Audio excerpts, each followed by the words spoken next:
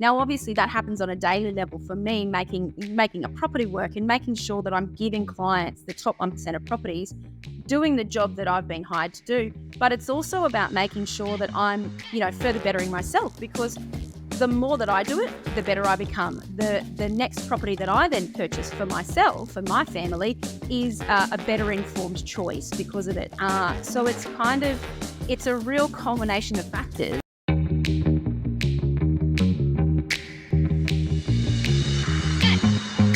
Hello and welcome. You're listening to Dashed Insider, the auditory epicenter for passionate property investors seeking a life of freedom, choice and abundance. And on today's episode, I'm joined by Tamara Wilcox. Tamara, how are you today?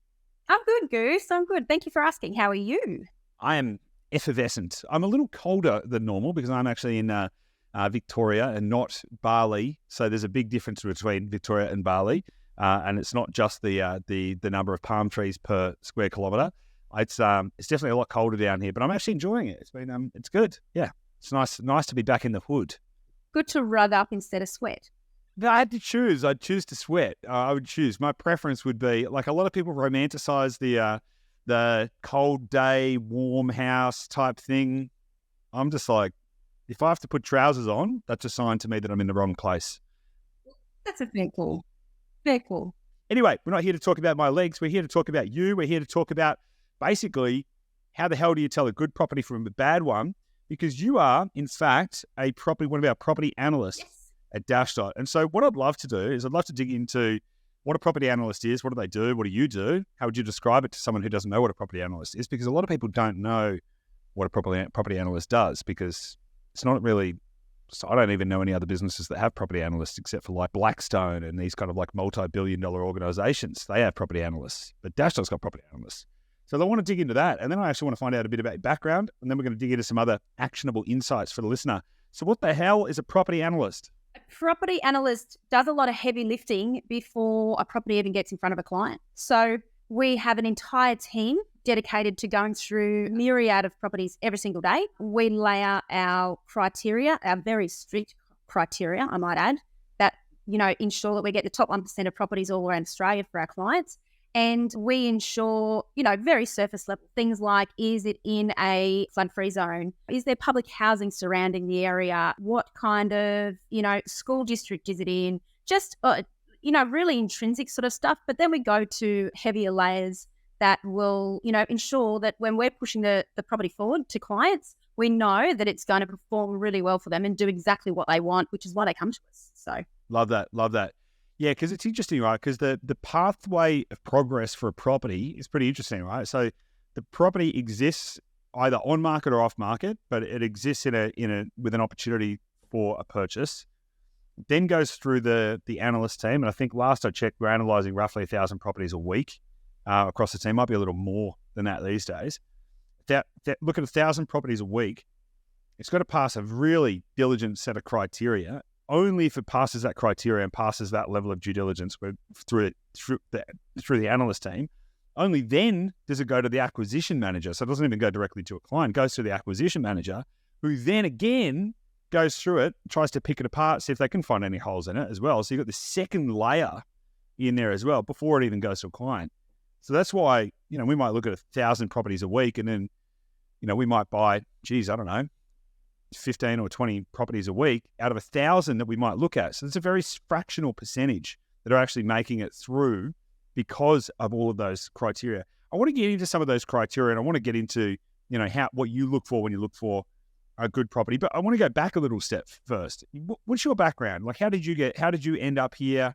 What's your exposure? When did you first get an interest in real estate? Well, my mum was actually a real estate agent. So she, at a later age, became a real estate trainee. So I was 12 at the time, and I would walk to her office. And so I was surrounded by it from a very young age. And I essentially became her PA. And this is back in the day when it was all newspaper advertising. You had property cards out the window, and it literally was walk through traffic, none of this internet sort of stuff. It was really only just sort of foraying there. So I had real exposure to it from there, and I was dressed as the LJ Hooker Bear more times than I could even count at countless charities and functions and auctions and all those sorts of things. So it it just became just part of my sphere. I then went on to university and moved out of home and tried a few other things. And my mum just kept saying to me, because we're a very similar personality, and she just kept saying, I think you should try real estate. I think you should try real estate. So here we go. So I put myself out there, and actually at the time there wasn't any sort of job offerings going. So I wrote up my CV as if I was a house being sold, and I hand delivered it to about 20 offices and got 5 job offers that week. So I guess from that, my first trying to put myself out there, it really became hey, this is quite interesting, and maybe I am the right type of person for it. So went on to be in sales for a number of years, but then I had small children and it just didn't work. So for me, stepping away from real estate and having a more hands-on approach and being able to stay with them was something that I wanted to do, but it left a hole, it left a gap. And there was a passion that, was happening behind the scenes. And my wife and I were looking at investing, and we were looking at renovator courses, and we did a couple of little flips and things along the side, but it just didn't fill the gap as much as needed. So, I went looking, like many of our listeners here, for advice and a path to look at investing, and I found yourself. So I came to Dashdot and the role, much like many of the team, as a potential client and an investor, and just got so enthralled by what you did and how you're trying to change the way that Australia invests, that it was a natural progression of, hey, I actually really want to be a part of this, as well as a client going through the process. So yeah, it's so funny, isn't it? Like, because from the inside, we have a perspective on Dashdot that most people wouldn't have, which is normal and natural.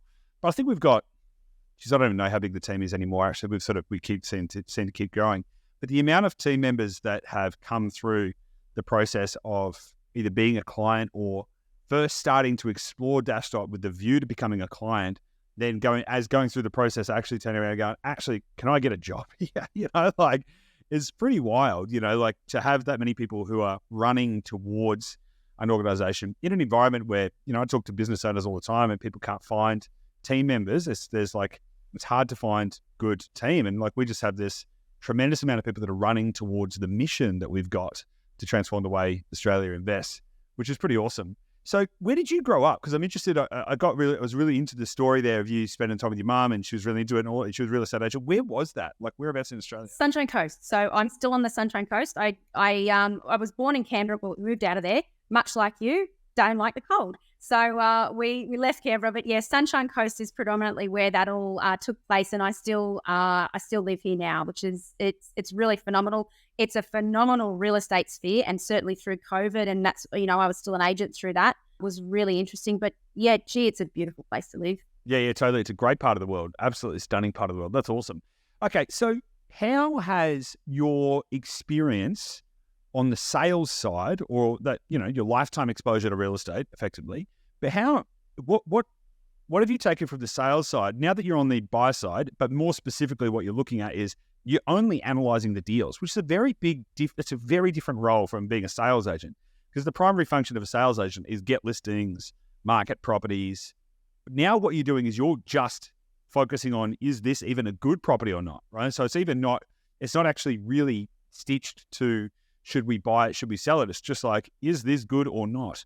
What transferable skills have you had come over from sales? Or how have you seen those two roles support each other? I think, like anything, the more you do something, the more you can create a path of least resistance. So just generally, exposure to the industry, exposure to housing, exposure to selling properties, reading through building and pest reports, identifying common issues that you'll find in homes, opposed to really serious structural, considerable problems that you want to walk away from. So there's an exposure and experience sort of thing that comes into it. I think the underlying passion plays a huge part as well, because as you said, we analyze, as a team over 1,000 properties a week. Sometimes that can be redundant. It's, you at the end of the day, you're a data analyst. We're just throwing in property as the product. So you need to have a passionate sort of scaffold to ensure that what you're doing is taking you through the day and helping you make all the right decisions, and all the right decisions, not only for what you're doing as a career, but as clients and things like that. So just, minor things like identifying, we had an issue the other day with a retaining wall, and identifying from my own personal experience, my own personal building experience as well with some of my homes, that this retaining wall wasn't even built, right from the outset. It had the wrong materials, all these sorts of things. So that's a very easy way. And it was actually brought to us from another analyst to say, hey, what's everyone's opinion on this? And it was a really quick, easy, resource that you can switch on in your head and say, I know that's not right, move on. We don't need to waste time on these really obvious things that come from time, experience, exposure. It's pretty cool that that came from another analyst. How many properties do you reckon you look at a week? At the moment, definitely about 20 properties a day. So 100 properties a week. And that's a mix of off-market and on-market properties. Yeah, nice. And so how much does having a whole team of analysts, how does that support it? Because you can't be expected to know everything, right? So how often are the analysts collaborating together to look at the deals to make sure it's passing muster? How does that work? So twice a day we meet. We have a meeting in the morning and we go through what properties we're looking at presenting. If we've got any questions, concerns, queries, and we all have like a cross collaboration there. And then our acquisition managers actually join us on that as well. So again, there's a cross team, like a multidisciplinary collaboration that happens. And then again, we meet later in the day because obviously we go off, we assess further properties throughout the day. So we want to ensure that at all times we're not operating in a silo, and that we're making sure that if we have questions, queries, concerns, someone else is there to back us up or to lend their advice, because there's, certain areas that us as analysts work in that we just have a bit more comfortability with. So I might bring up a property that's, and I've never purchased there before. So my general perception of the area can be very different to one of the other team members. So it's really easy. And then we have an internal messaging system. So it's really quick to get an answer on something as well. So it's essentially an all-day collaboration to ensure that what we're doing is for the greater good and the greater team, and, making sure that no one has to rely solely on their own experience, because when you're surrounded by smarter people, more experienced people, and just people in general that want to push you all forward, that helps everyone. It's, you don't want to be the smartest person in the room. Yeah. So that was actually, it's really interesting, right? Because I want to relate this back to like an investor, right? Because you are, in effect, you're an investor and a real estate professional. You've been in property your whole life on both sides of it. You've done flips, you've invested in properties, you've been a sales agent, you've dressed up as the LJ Hooker Bear, the whole kit and caboodle. So I think it'd be very easy to ascribe that to you, that you've got like a lot of experience and therefore you know property.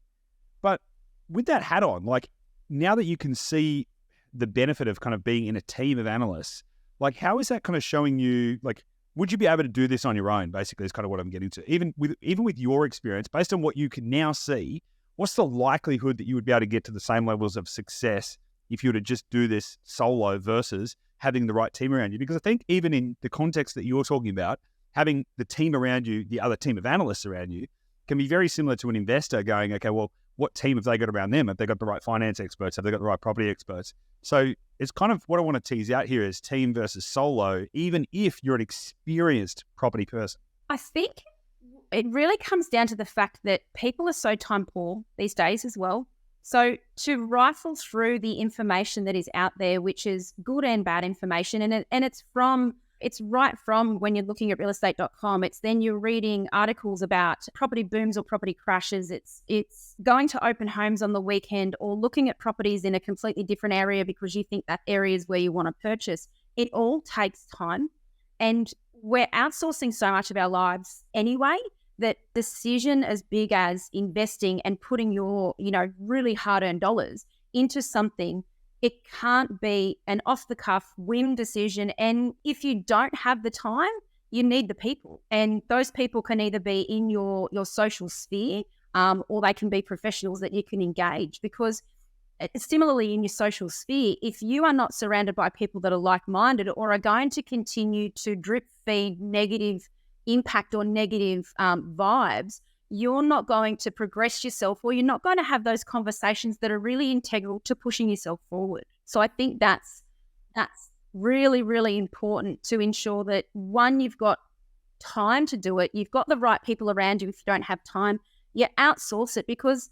you're right. If I was not in this career that I'm in at the moment, and the passionate sort of constantly checking realestate.com and, having all those alerts and things, if I wasn't in that, what could take 1 month or 2 months to do could take me 2 years, because there's so much analysis paralysis that happens when you're looking at property and looking at making big life choices and big purchases as well. Love it. So the analysis paralysis thing is really interesting, because you actually do the analysis side all day, every day. So most people get stuck when they start analysing things. They get stuck. They start analysing, they start overthinking. You're looking at 20 properties a day. You're analysing 20 properties a day, 100 properties a week. Detailed analysis too. I mean, there's like dozens and dozens of different things that they need to pass in order to be able to even get through. So isn't it a quick glance? So the first question is, how do you avoid falling into analysis paralysis yourself? Like, how do you do that? Is it just a forcing function of the fact that you've got binary yes, no, this, that, and the other? Like, is it just as simple as like it either passes or it doesn't pass, therefore you get past it? The secondary question I've got to this is, how do you maintain motivation? Like, you're in there every day, just like punching away, like property. How do you stay motivated? How do you stay focused? So how do you avoid the paralysis part of the analysis paralysis?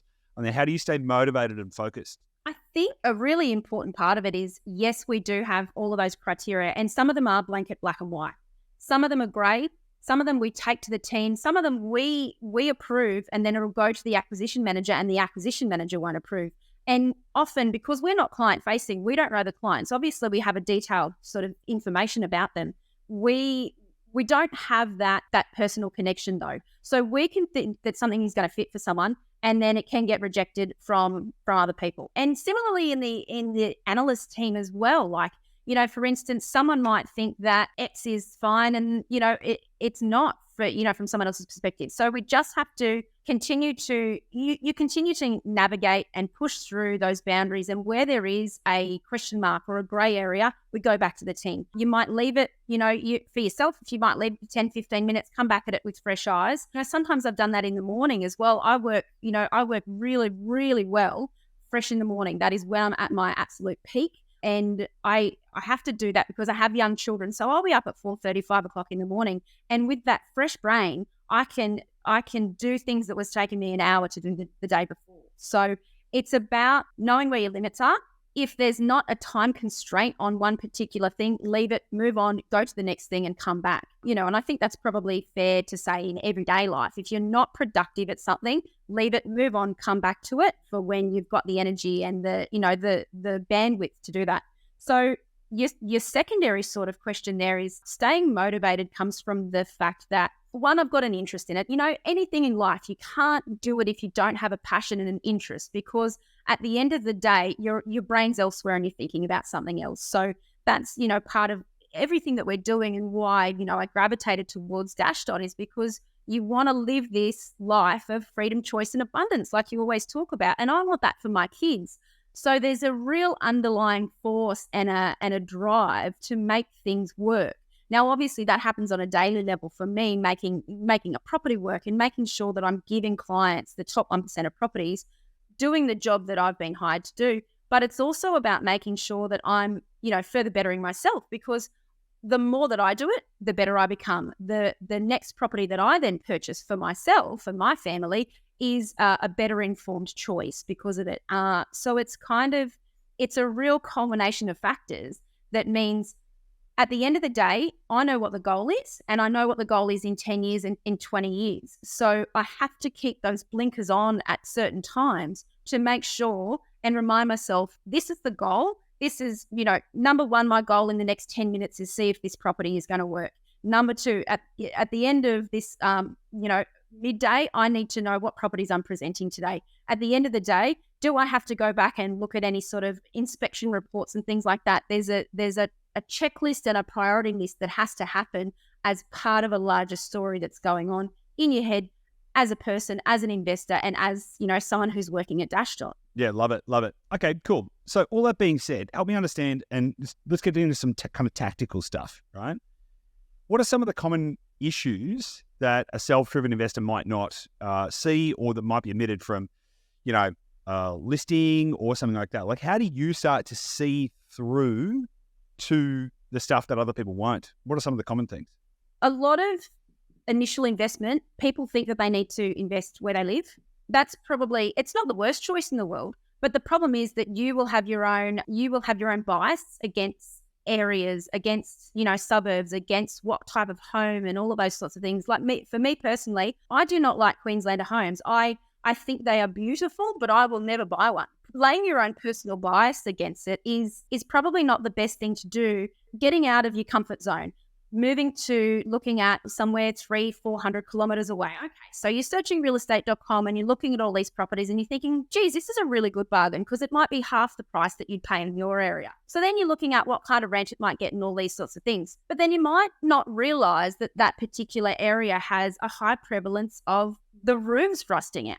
If it's emitted from the realestate.com, if there's no drone shots, which let's face it, most places have drone shots these days, but if there's no drone shot of a property and you don't have an intimate knowledge of the area, you're not going to know that there's a potential that there's a, rusted out roof. There's $20,000 that could be, a really, really huge problem for you down the track. Of course, you'd be, looking at building and pests and things like that, but you've got opportunity costs where you're losing time, then you're losing money on, prorated conveyancing fees, you're losing on those inspection costs. So it's about finding the intimate details that come with the region, that come with a particular type of home, because all over Australia, every place that we buy in, the homes are immensely different. So knowing the structural integrity of each type of property is a real myriad as well. So someone who's just sitting in their lounge room at 8 o'clock at night scrolling after the kids have gone to bed, it's going to take you decades to get all that information, but it doesn't mean that you can't seek it out, and the more you look and the more you look at these, you will find little things that you start to notice in particular areas. So your own analysis over time will start to become more integral so that you know what to look out for and what's, potentially being emitted from realestate.com listings and all those sorts of things. Because at the end of the day, an agent's trying to sell a property, they're trying to sell it to whoever's going to give them the best price, best conditions, but it doesn't mean that there's not going to be issues along the way. So it's about mitigating that risk from the outset, which can only sort of, take place by doing the hard yards. And like I do the hard yards all day, every day, as you said, looking at that many properties. So where does it start? This is going to lead to a question where I'm going to ask you the top 5 things that you look for when you first start looking at a property, right? But before you even look at a property, where does it start? How does the tech get involved, by the way? Like, what's your exposure to Goldie and some of the tech that we use? How does that then guide the process? Does it start with locations? Like, talk to me about how that kind of comes down through to the process where you start then looking at the detail. And then the follow-up question is going to be, what are the top 5 things you start to look for? So Goldie has been built so specifically that a lot of the analysis actually happens before we even log in, right? So we've already identified so many of the growth driver factors that happen in the areas that we purchase in. And that will be due to traditional real estate information, like obviously the location, what sort of intrinsic factors like schools and all those sorts of things that are around. And then we also then have really high insight data as to where we're going with these properties. Like, where is it going to grow to? What kind of rent predictions do we have? So although we can see, a lot of properties at the outset might be, they might have had a tenant in there for 2 years and it's sitting on an under market rent and things like that. Within a couple of seconds, we can have a look at what sort of rent predictions we've got and what growth predictions we've got to assess whether there is possibility to take it further or if it's flatlining. So number one, that is the base layer of everything that we do. So, 90% of that is done by Goldie, and it's, the huge investment and what sets us apart.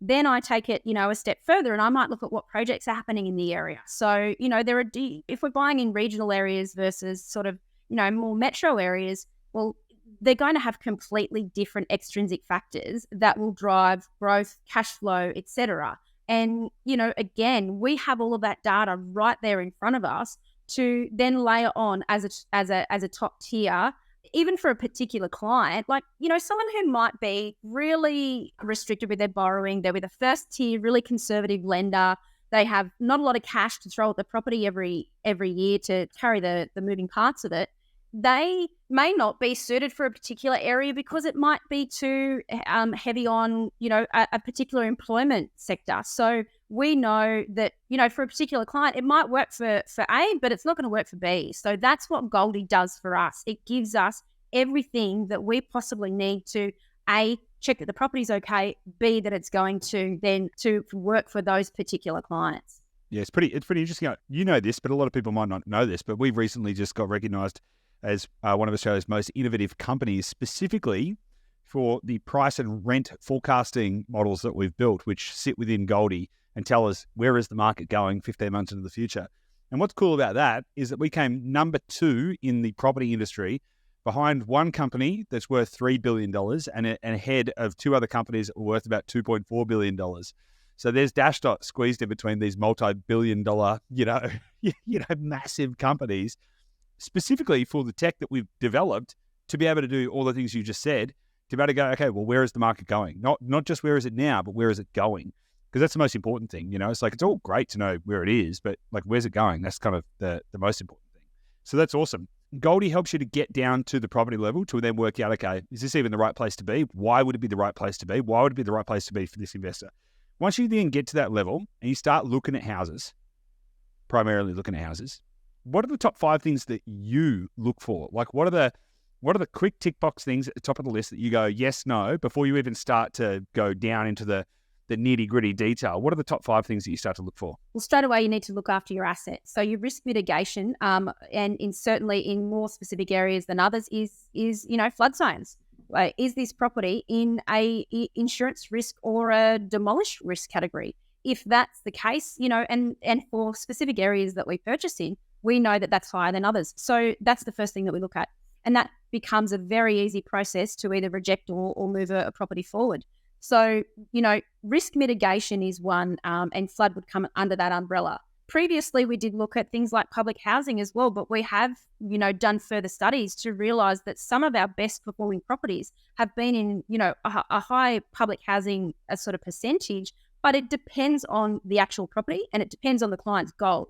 That's not an umbrella situation that we overlay for everyone. That's not a blanket statement that says just go and buy in high public housing areas. But it was a super interesting study that was done. It was like, in some cases, this is how this can be a useful thing, and in other cases, you might want to avoid this kind of a thing. But it's like, it's more nuanced than that. But yeah, it's interesting because that used to be one of the key things we'd look at is like, what's the public housing percentage? That was quite a binary, like if it's above this or if it's below that, it's a yes or a no sort of thing.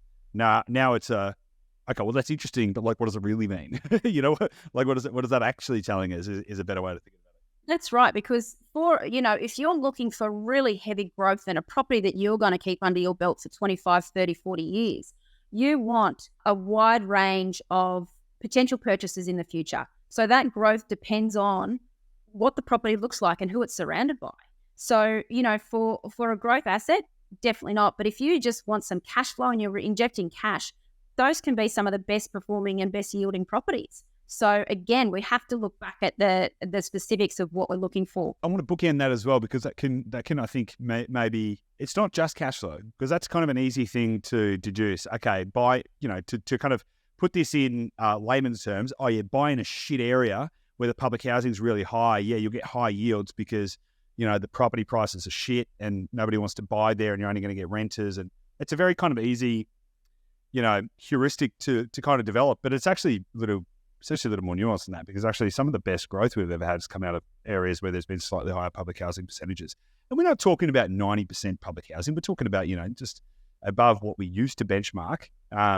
But it's definitely not to say that, okay, buy there if you want cash flow, because as I say, these areas, if there are signs of transformation, which is the most important thing, it's like, how is the area evolving? Because you can take an area, in fact, the amount of times we've bought in areas where when we start buying there, people are like, oh my God, this is it's full of crackheads or something like that. And then lo and behold, 12 months to 24 months later, it's the hot spot that everyone wants to get into. It's like, yes, because transformation is coming.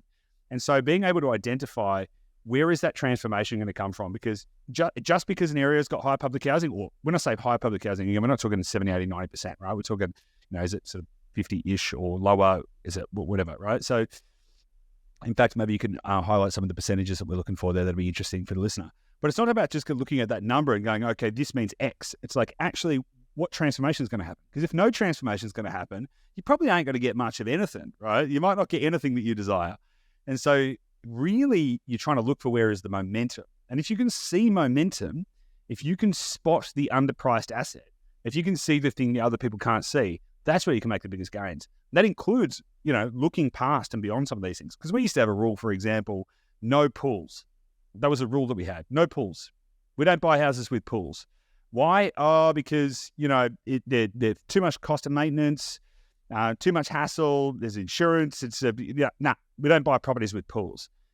But then we pressure tested that thinking and we discovered that, well, sometimes buying a property with a pool is actually a really good thing to do, particularly if you're in a warmer area, because people want pools. So therefore, the amount that you can charge for rent, or the amount that it impacts future growth, all these things, it can actually be a really, really good thing. And so understanding how these individual factors relate to individual specific areas is critically important. Just for a point of reference on the public housing thing, what are some of the percentages we look for there? Like, what do you consider to be low? What do we consider to be high?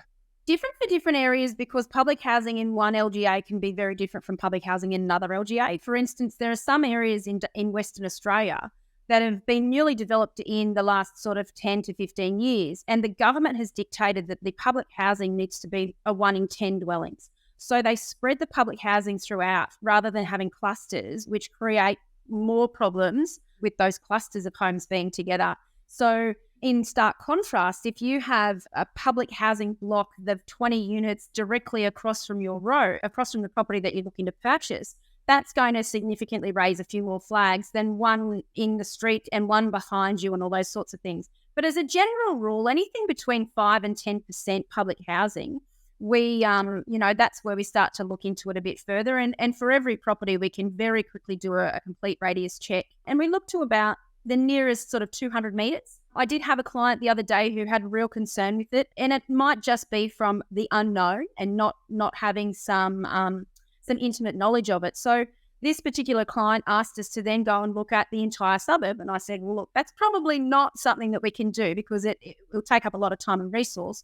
But we didn't want to negate her fears and her concerns. So I did the nearest 1,000 properties. And it's those things that we have access to. Everyday investors have access to it as well, but it again comes back to time. So yeah, between 5 and 10% where, we're sort of going, oh, okay, let's have a little bit of a further develop here.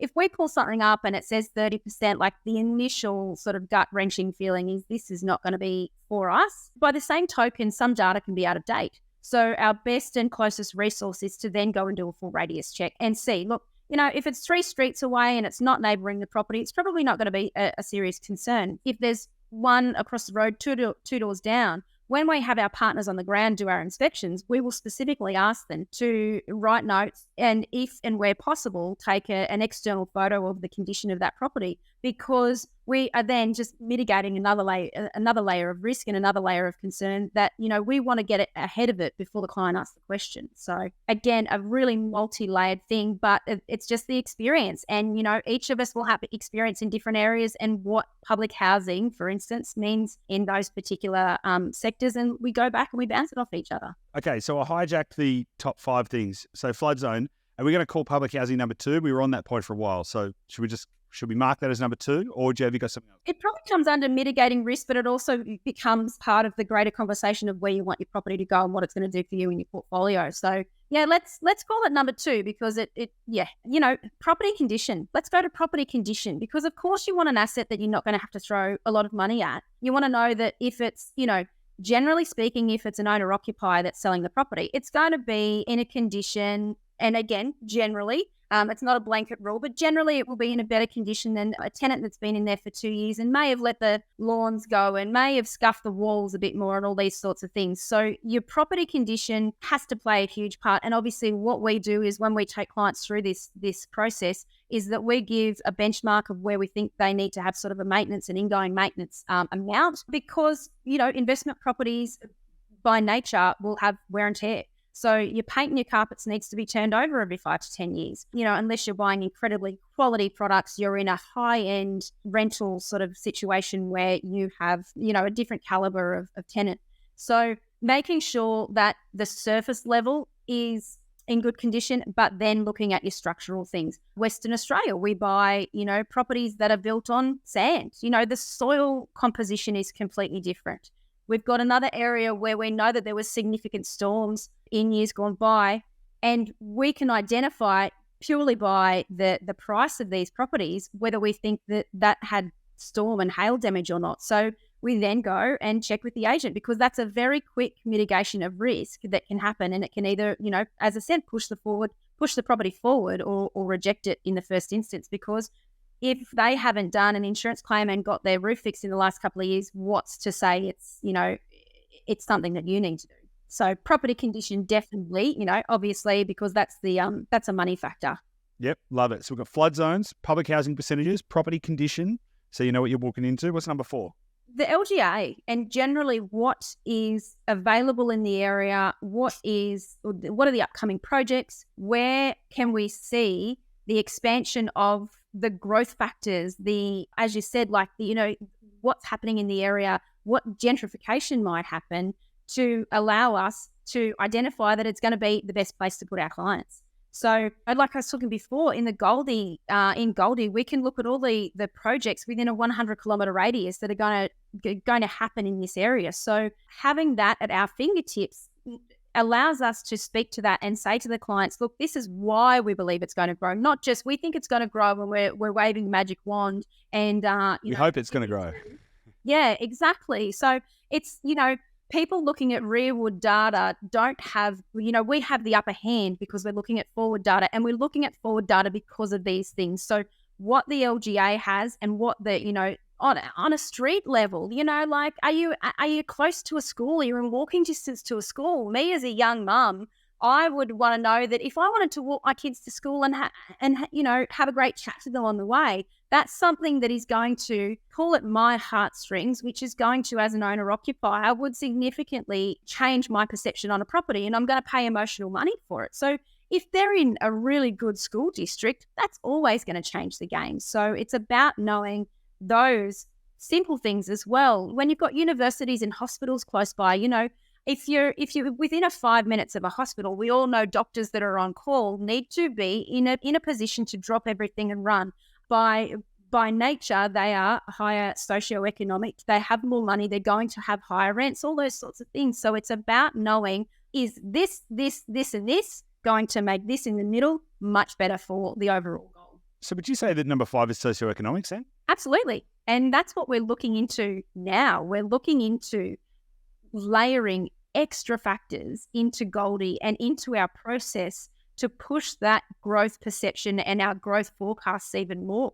Are there new cafes opening in the area? Are there new food markets being brought to the space, which are getting millions of dollars spent on them to have a really fantastic social view for that particular area? So the social aspect, it can be such an iceberg, right? And we talk about public housing, and we talk about doctors being close to houses that are close to hospitals that will bring in higher rents and higher growth factors. It's about layering all of the little things that people want these days, because, as I said, we're time poor. We don't have enough time to spend with our families as it is, because we're, chasing those things that are external factors to us. So making sure that we're looking at places that have a lot of amenities, universities, hospitals, having, great economic drivers and the socio-economic drivers that are going to continue to make that a place that we want to stay in and continue to buy in. You know what's really interesting about what you've listed there, which I find really fascinating? Most people would have been thinking that you're going to have a list of, I'd want to check the height of the ceilings, or I'd want to check the number of stumps correct, or something like that. What's really interesting about that, and we're looking at 1,000 properties a week, right? And I can comfortably say that we're the best in the entire country at getting poor performance out of real estate investments. I can comfortably say that. The 5 things you've listed, Only one of them was really related to the actual property, which was condition. Now, condition is a bit of a catch-all, right?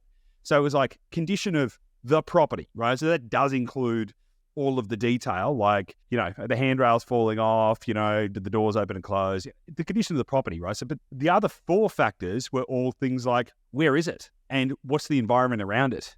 And how is the environment going to support the asset? Socioeconomic, location, LGA, kind of local economy projects and stuff, flood zone, public housing percentage. It's super interesting to me because what it points to, like a lot of people would have been, what I love is that you didn't say, we check if it's got a blue door, right? Or, we only buy, the first thing I want to know is, does it have a tin roof or a tile roof? Because a lot of people get bogged down on these really specific details that probably don't matter.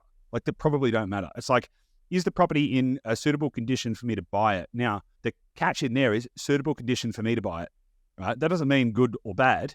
For some people, the suitable condition must be no maintenance. Why? Because they might not be able to afford to do any maintenance, right? So they might want to or need to buy a property that basically is turnkey. I can buy it and that's it. We're good to go. For somebody else, buying a property that needs a bit of work actually could be an opportunity. So it's like, is the property in a suitable condition for the buyer, right? And that's very specific to the buyer's conditions. So it doesn't even need to be like, well, I mean, if it's got smashed windows, we wouldn't buy it, because maybe that's a great opportunity for someone who's got the appetite for that kind of a thing. So it's like, is the condition of the property suitable for the purchaser? And outside of that, we're talking about where is it, and how do these extraneous or extrinsic factors, as you might call it, how are they going to influence the performance of the property beyond that? I think that is super insightful, actually, for the people listening to this as well. I'm mindful of time. Is there anything else you wanted to add to that before we look to wrap things up?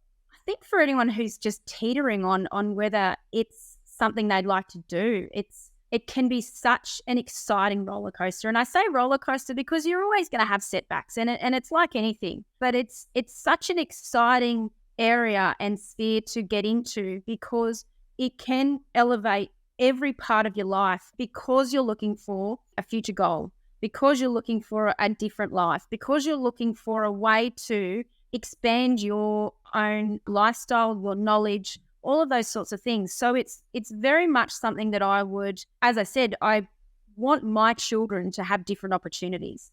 And that's not to say that I wasn't in a position and in a family that had the opportunity, because I was, and I'm the youngest of 8 children. My parents had businesses all throughout my life. And then obviously the last one was my mum being a real estate agent. So it's not that I didn't have opportunity, but we can see that the world has clearly evolved, clearly changed, and it is changing at a dramatic pace. And therefore, getting into property investing your own personal time, money, and your bandwidth into it is a really good personal but financial investment as well. Because I think that if you surround yourself with like-minded people who want to go somewhere, property is significantly one of those areas, because we all have a goal that's common.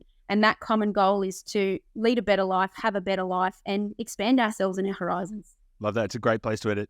Tamara, I've enjoyed this conversation. As always, every interaction with you is a joy. I appreciate you taking the time to jump on here and share some insights. Thanks very much. No worries, Goose. Have a great day. Thank you for having me.